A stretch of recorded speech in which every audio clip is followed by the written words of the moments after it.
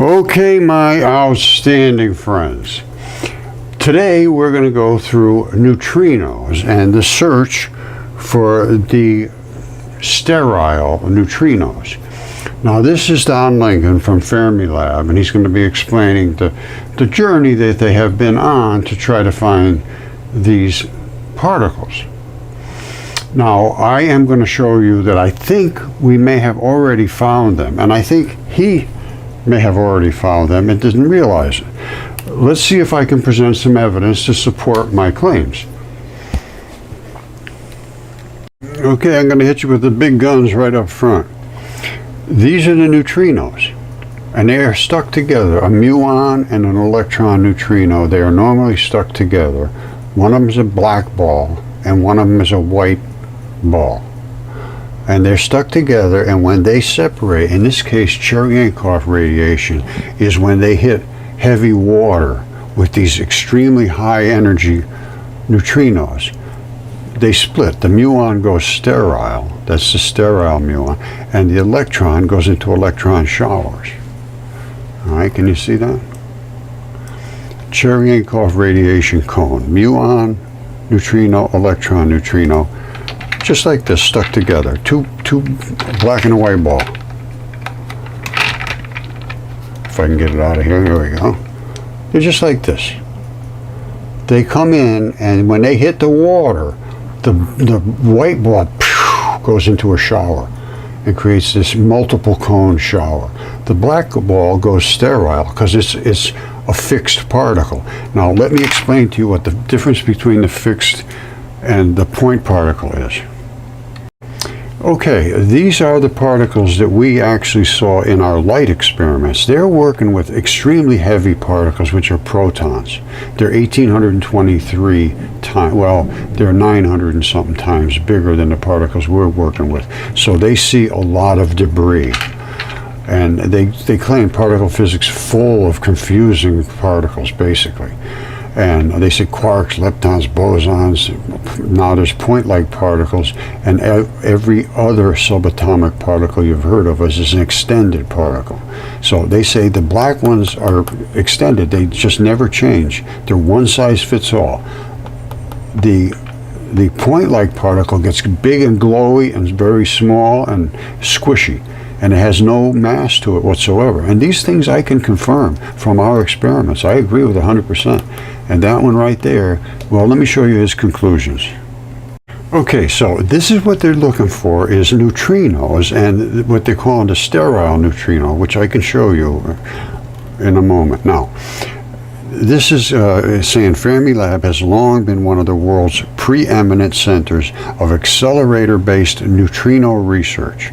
In this video, Dr. Don Lincoln explains the short baseline neutrino program and what it hopes to find besides searching for these elusive theoretical particles called the sterile neutrino, which I again will show you.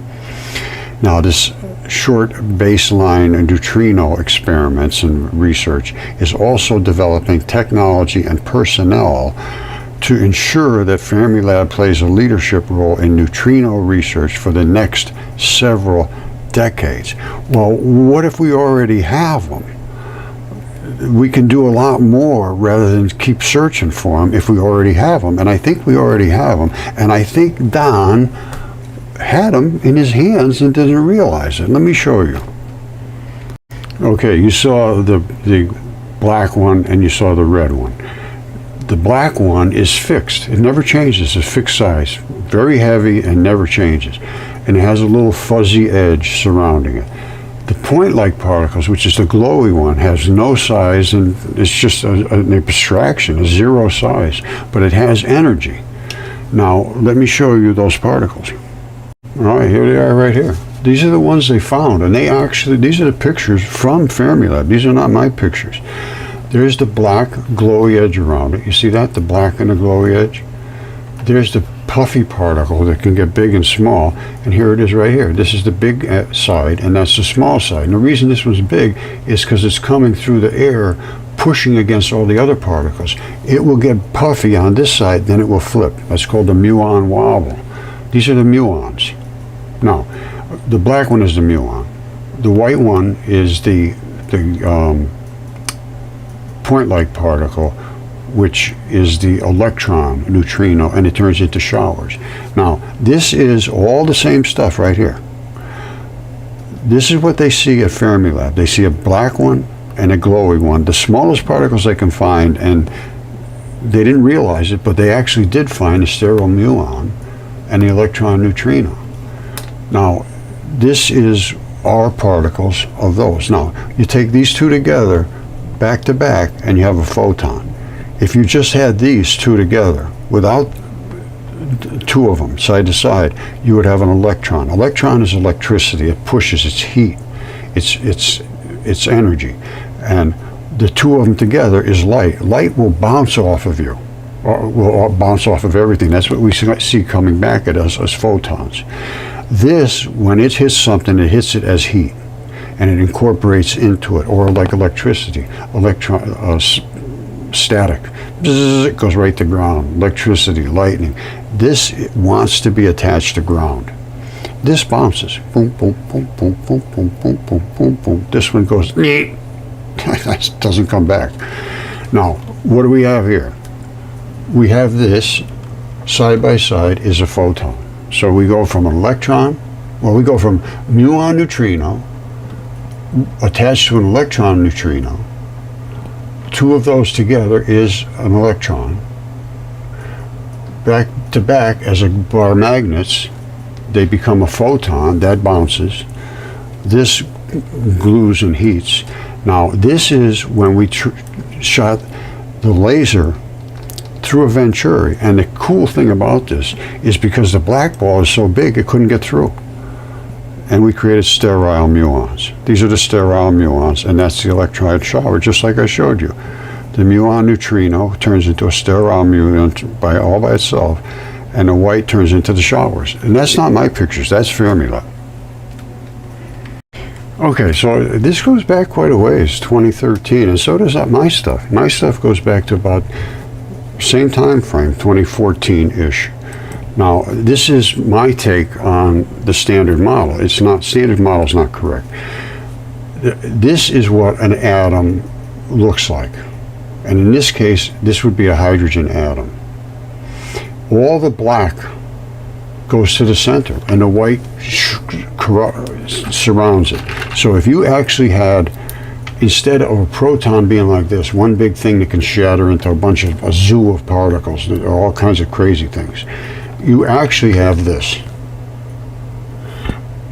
And whenever you look at it, all you can see is colors. You don't see any dark matter there.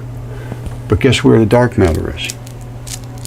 The dark matter is just where the dark matter is in this. Right there. It's right there. Now, it's completely covered because it wants to be covered with the white matter. The white matter wants to surround it, so we never have seen the dark matter, that's all. It's really as simple as that. It's just crazy. Because everything has weight to it. They say nothing has weight unless it's dark matter. Well, everything I know of has weight, so it's all dark matter. And the dark matter is the gravity. The white matter is the white electron neutrino will always be attracted to the dark muon neutrino. And Earth literally has a lot more dark matter, it must have, because it sucks these white things right down to it like unbelievable. That's what electricity is. Static, lightning. All right, so all you have is these white particles and the black particles. That's it. Nothing else exists. As they travel, they gain certain amounts of weight. Faster and faster, they get more and more weight. That is the neutrino phases, the colors. The gluon is just the black and white together. Photon is the back-to-back. That bounces, that infuses. And there's going to be some changes. Redshift just doesn't work. Redshift is crazy. The particles of light are slowing down, coming through all the fields and dust and all of the interactions that are in space. They're slowing down. They're probably slowing down very fast. Chemistry changes too, because hydrogen is not one proton and one tiny little electron. It is probably about 1,825 of these dipoles. And that's why it's so energetic. When you break that apart, it explodes like an atomic bomb, literally, because all of these pieces take off all by themselves. And that's why hydrogen is so explosive. Anyway, as you go up through this, for every proton you add 1,823 particles. For every neutron you add 1,824. So this is like 1,825 particles, not one. This is not 4. This is about 7,350. And by the time you get up here, you're up into the hundreds of thousands. And that's what makes life work, because they work with half-lives. Isotopes are in here, and they never talk about isotopes, but there's hundreds and hundreds of isotopes between every one of these particles, and that's how a half-life works in biological chemistry. Enzymes break down molecules like, and they can create and make and break anything they want instantly with the correct enzymes. That's the key. That's how life works, and it works with half-lives. That's what it does. It takes certain chemistry and it breaks it down into all its little individual components, and then it builds it back together, and that's called proteins. All right, you got enzymes, you got proteins. Enzymes break things, proteins build things. It's starting to be understood now. It's never been really well understood, but you have to get down to this level where you understand isotopes. Nobody understands isotopes. You ask somebody, say, oh, well, carbon, how many isotopes does carbon have? Well, it's carbon 12, carbon 13, carbon 14, whatever. No. There's carbon, zillion of them. All right, when I talk about isotopes, they consider isotopes 1 or 2 or 3 isotopes that are semi-stable, is each one of these, but there's a zillion other ones. These are the different isotopes. You see this? This is all carbon. Carbon, carbon, carbon, carbon, carbon, carbon, carbon. And there's many, many more that they're not listing here. Now, they decay, and they can come from beryllium or boron or lithium or nitrogen. I mean, this is what they do. They break apart, and that's the daughter isotopes. And this is the type of decay that happens to them. And the only way this can work is with enzymes, because enzymes work instantaneously. That's why the half-lives are so fast, and it's done, and it's all built into a new particle. And that's how enzymes work. But all that happens with life. So, understanding these particles here, these particles, that's fine. But this is what makes up life. These 2 particles make everything. Every single thing there is. Those 2 particles, the only thing that exists. Everything is made out of the same thing that is shooting out of the sun, sunlight, basically. All right? Because every particle, these 2 particles together, is one of these. All right? It's one of these. It's a little bar magnet. And when you put it together with 1823 or 1822 or so, or 1823 or more, it becomes stable. It doesn't want any more. It doesn't want to give any up. And then it doesn't get stable again until you get way up here, like 7,000 something. And then it doesn't get stable again until you get way up here, which is like, 10, 12, 15,000. They get huge very, very quick. And but there's zones of stability, and I can't account for that. And it's got something to do with the vibration. You hear the thunder? We got a lot of activity, electrical activity in the area. Now, this is what everything is made of, so everything is made of this. All right? There's nothing else there is. It's just in different quantities. It's not a zoo of particles. Every particle is one of these particles. But when you put them in the right order, in the right places, and you have enzymes working on them to make them do life processes, you can create life. So we are made of sunlight. We are the light. We are the children of light. And that's exactly what was written. Okay, this is going to be a little hard to believe, but it's true. Like I say, Fermilab stuff went back to about 2013. Now, I think it was right around 2013, 2014, we were taking pictures of light with a cell phone, with the CMOS from this phone right here. All right? Samsung Galaxy S3. And Rod Warren basically was the one that figured this out. He discovered this, that he could actually see the photons. And when I started looking into it, he started working with me, and we worked together for a number of years. But early into this, I got a hold of, well, everybody, and I said, look at this stuff. And I got a hold of Don Lincoln at Fermilab too. But nobody would pay any attention to it because they said, you can't see photons with your cell phone. You're insane. And I said, yes, you can. It's CMOS. There's a whole different story between CMOS and every other type of situation. CMOS is complementary metal oxide semiconductor silicates. So anyway, I said, well, I'll go to the University of Geneva, Switzerland, there online and take particle physics, and I interacted with the professors. I told them what I did. And at first, they were the same thing. They, no, it's impossible. I said, no, it isn't. You guys are, they said, you'll destroy the CMOS. They said, I don't know what they said they thought about it. I don't know what, I can't remember now. It goes back a long time ago, 10 years. So, I said, the CMOS, I can see the particles. We can actually see the physical particles. I showed them all the things. They said, no, that's just got to be some kind of interference. Well, ends up, the reason they couldn't use CMOS is because when they hit their particles into the CMOS, they were hitting them with pieces like this, and it destroyed the CMOS. When we were hitting them with pieces like this. They're meant to detect pieces like this. That's what they're built for. So it didn't destroy them. So with us using light instead of protons, like hitting big thing like this and having big smashy things going all over, destroying your CMOS, we had hit like this and little fluffy little white things going all over the place. So here's what ended up happening. I'm not kidding you. This is just true. Radiation hard active CMOS pixel sensors for the high luminosity Large Hadron Collider detector upgrade. Now, they just finished this upgrade a year or so ago. The luminosity of the Large Hadron Collider will be increased during the long shutdown of 2022 and 2023 in order to increase the sensitivity of its experiments. Now listen to this.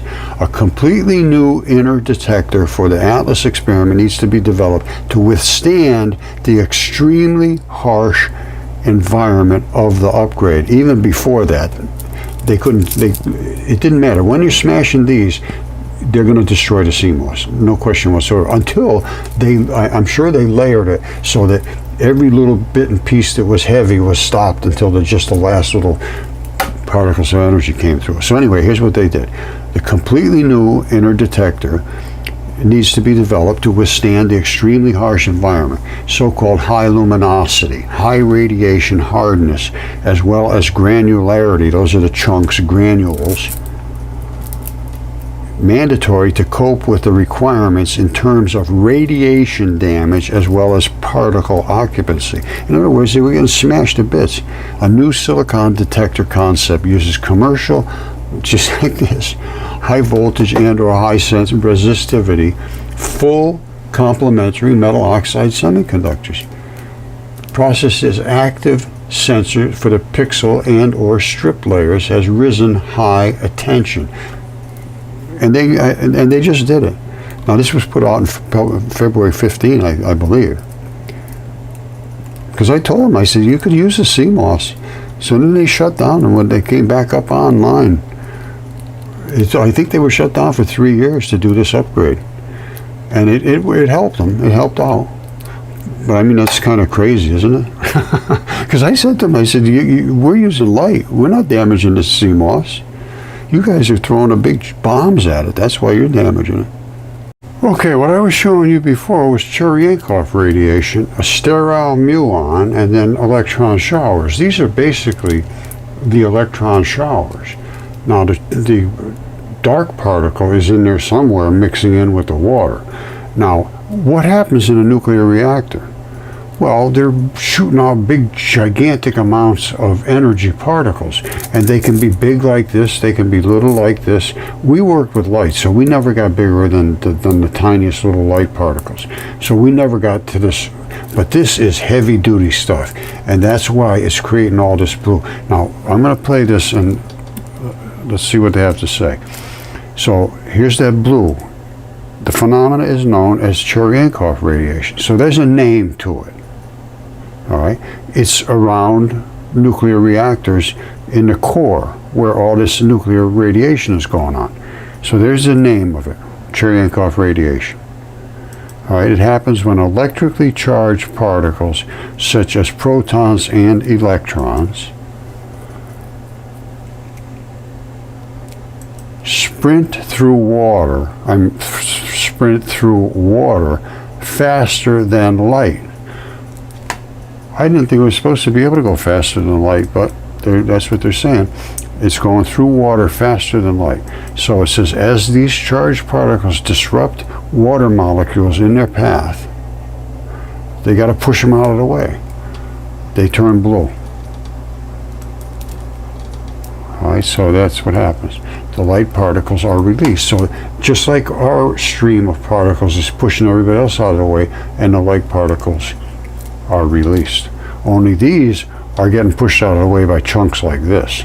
So you got a lot of blue, which is way deep down in the core. Ours is not at the core.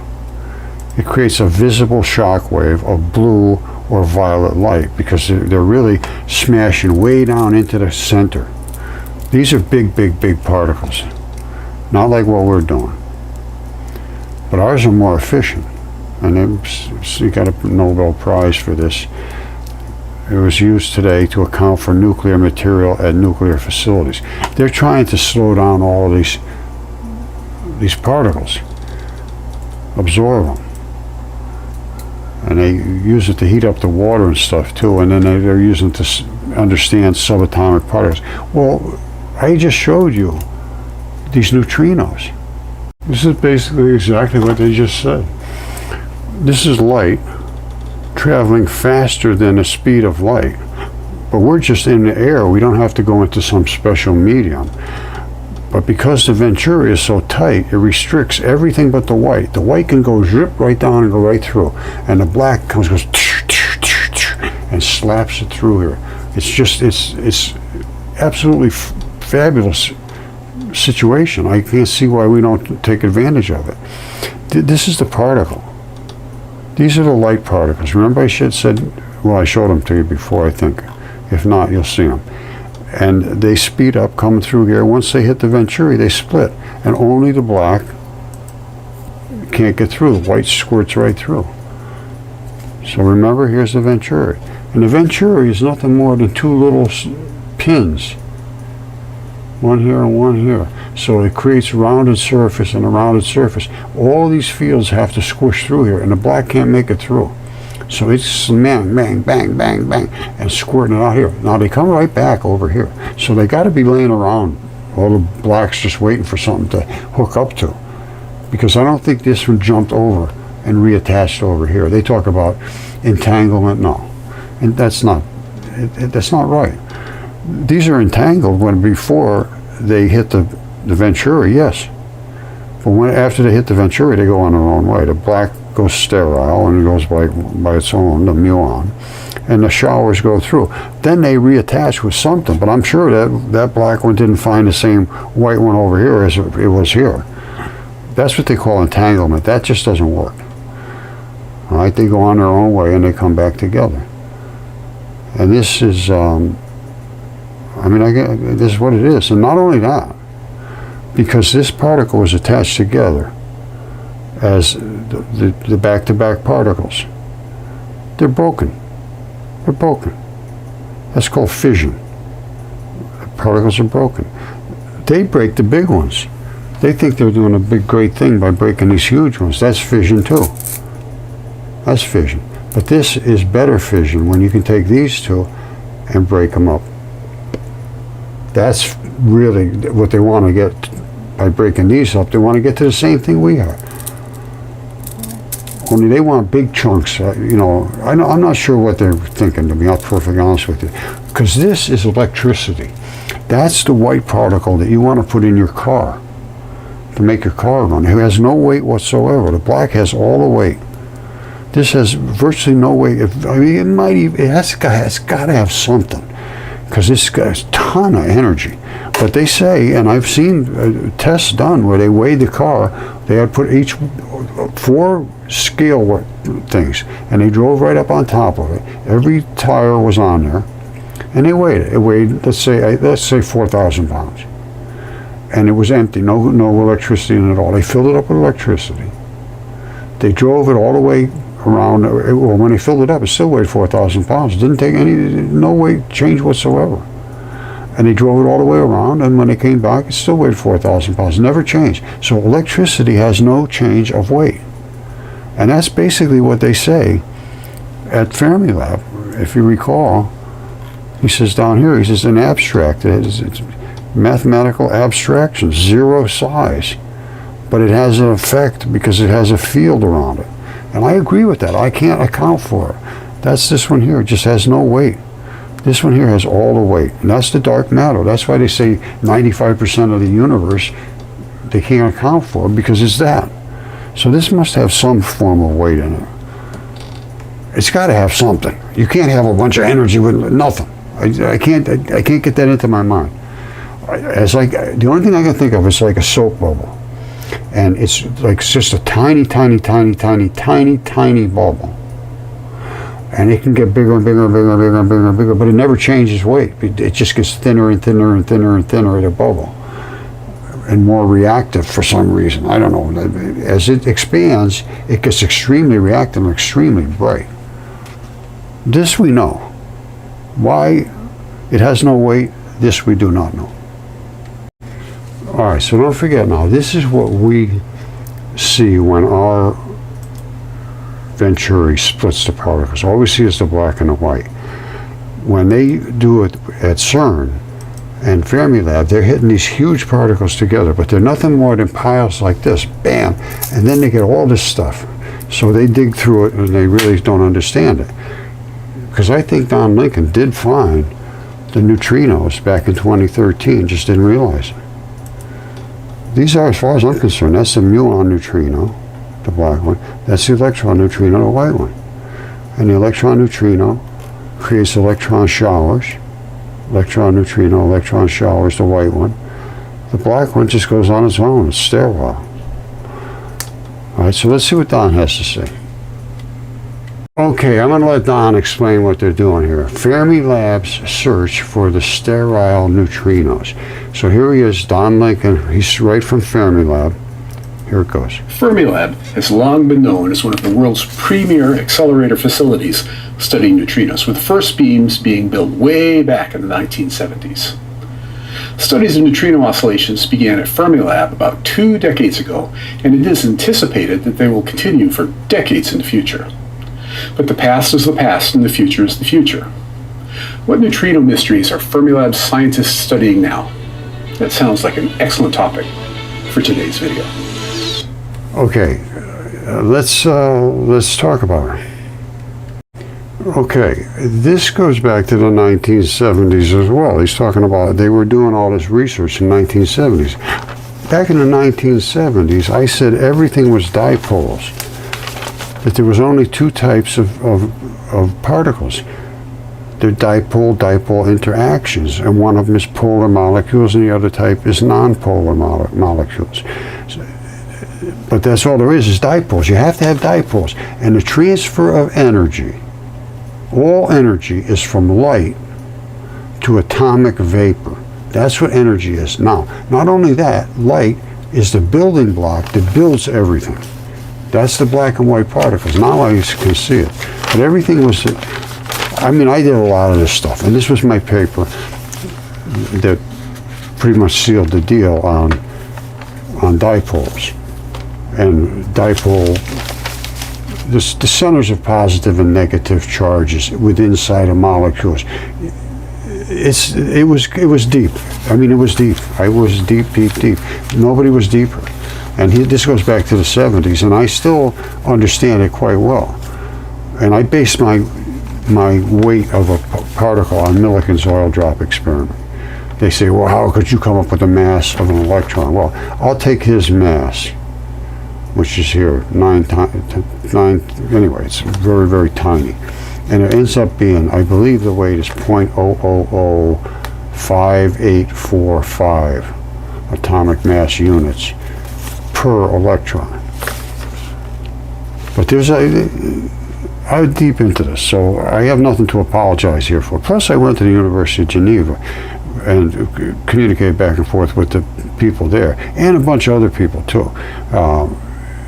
I wasn't successful at getting anybody to really pay much attention, but I showed them all the stuff, and they just poo-pooed it, as Don did. He said, "Oh, that's just interference. You're not seeing anything." And I kept after him, and then it started to get a little contentious. All right, so I showed you my neutrinos, and that was from actual light experiments done and photographed with CMOS, which is what CERN had upgraded to use to see their experiments. Now listen to this. Now this is Fermilab search for sterile neutrinos. The sterile ones are the little black ones. The white ones turn into showers. They don't stay like independent. You can't see the little white balls going anywhere. They just go shower into a white haze. The black ones go sterile, and you can see them floating around as the black ones. Here goes. If you were to ask, where is the center of the universe? I'd have to tell you that this is a silly question. In a mind-blowing moment of physics zen, the answer is both that there is no center of the universe and that every place is the center. I made a video about that. This is the kind of thing, Don, you know, the problem with the Big Bang is we would have to be the center of the universe. If the Big Bang, everything's spread out. If you get spreading out this way, spreading out that way, the same thing. You're going to be the center of the universe. So they come up with all kinds of crazy little convoluted stories. The same thing they're doing here. I'm sorry, Don, you should have looked at the information that I sent you that we discussed, and you finally just told me I was a tinfoil hat guy and go away. And I have the information that upends everything you're talking about. And all of this, if you watch through this, it's just a bunch of wasted time, to be perfectly honest with you. All right, I guess I should go through this and address his points here. I'm going to try to be as respectful as I can be. Now, he's talking about the Big Bang. It's everywhere and nowhere, and he made a video about it, which I'm sure you're not going to be able to understand. But anyway, here goes. However, if you were to ask, where is the center of the universe for the world's Neutrino Accelerator Research Program, a strong case could be made for claiming that it can be found at Fermilab. No, you find it right here, Don. You find it right here. Rod Warren is the one that actually found the neutrinos. The laboratory already has the highest energy and highest intensity neutrino beam facilities, delivering nearly a megawatt proton beam to make those neutrinos. In the future, upgrades to the accelerator complex will cross the megawatt threshold. Yep. And the mega billions thresholds. This has been going on for 50, 60 years, and they're never going to find a product. He's talking about hoping for the next 20 years maybe they can find something. Upgrade is called the PIP-2 program, and all of this is in preparation for the Deep Underground Neutrino Experiment, or DUNE. Can you imagine the cost of this? And they're looking for neutrinos? I just showed you. We can make them in copious quantities. Which will lead to crucial comparative studies of the behaviors of matter and antimatter neutrinos. I've made several videos about all of this, really, a whole bunch, and the links are, of course, in the description. But those facilities won't begin operation, and those questions won't be answered for years. What about the money, Don? What about the wasted time? Cutting-edge quantum sensor unveils the hidden atomic world. Well, they're probably talking about CMOS. All right, this doesn't have anything to do with CMOS. What they're looking at is the magnetic fields at the quantum level.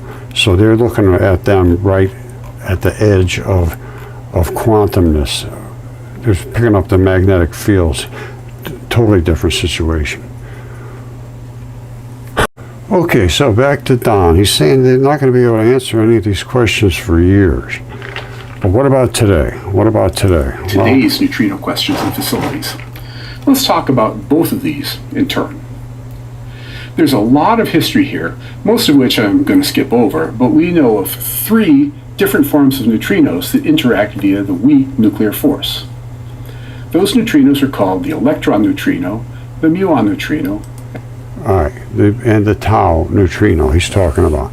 Well, he is correct. There's the muon is the black one, the electron neutrino is the white one. The tau is sort of in between. It's not even yet completely formed. All right, now here he goes. And the tau neutrino. Each one is called that because they are usually produced with their cousin particle.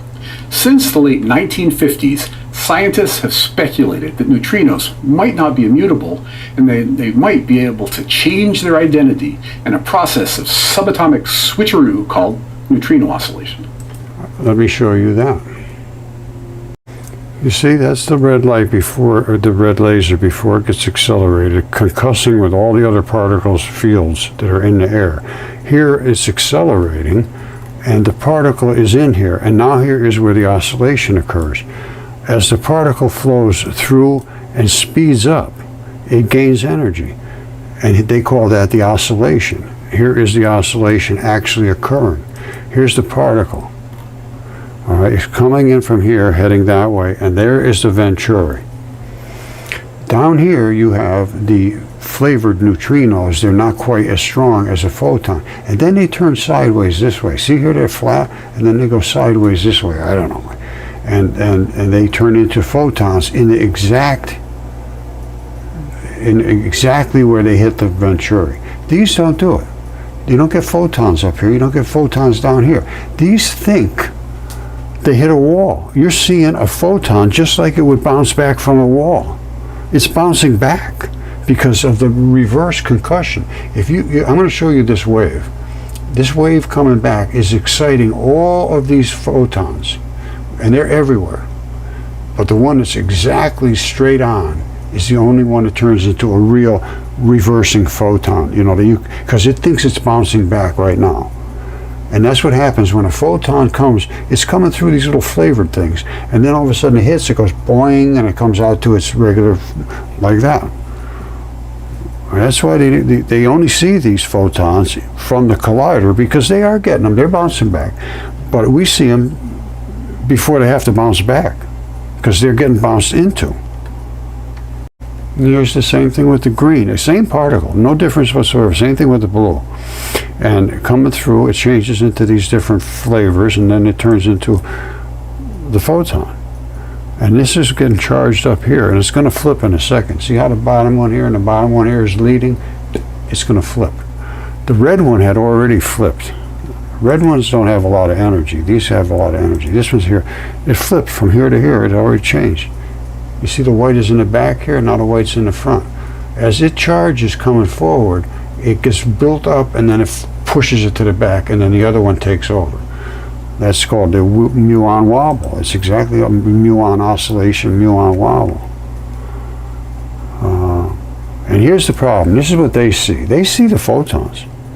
They see the same photons we see, and they see the little tiny particles, the same particles that we see, which is just the red, blue, and the green particle. But they see all this other stuff, and they think it's all just one big zoo of particles. They're all different. They're not. They all come from the same 2 particles, the white and the black. Everything there is made of those. Everything there is, your eyeballs, your teeth, everything you eat, light is made from those 2 things.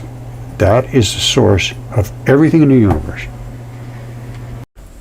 Okay, this is Don Lincoln's point particle article I showed you before. These are the 2 particles that we found, and he's found them in 2013, so maybe he found them a little earlier, but we photographed them, and I tried to interact with them, and those are the particles. So I'm claiming that the black one is the sterile muon neutrino. Whoops. Same one they found at Fermilab. The muon neutrino is the black ball. It doesn't change. There it is right there. They don't change. The white one turns into a shower, and before they hit here, they were a black and white ball. attached together makes a photon. Here's what the photon is. The white one can get little and big. That's why the white one can go through the Venturi. The black one hits and bangs and can't go through. The Venturi is too tight of a restriction. And it bounces back off, as I can show you here. So we have the electron neutrino as the white shower getting squirted right through. Because it can get tiny. The black one's bang, bang, bang, bang. That's it. And it just squirts it out like a tube of toothpaste. Now, there's other black ones out here. Now, where they came from, I'm not sure. They must be just laying around out here. That's all I can think of. Because they didn't jump, I don't think, from here ahead and jump back to there. They talk about entanglement now. That's not what this is. Entanglement means they're entangled here, yes. But once they split apart, I can see no way in the world that they can find each other again, ever. They're just going to find the next black particle they can find. That's what it's all about.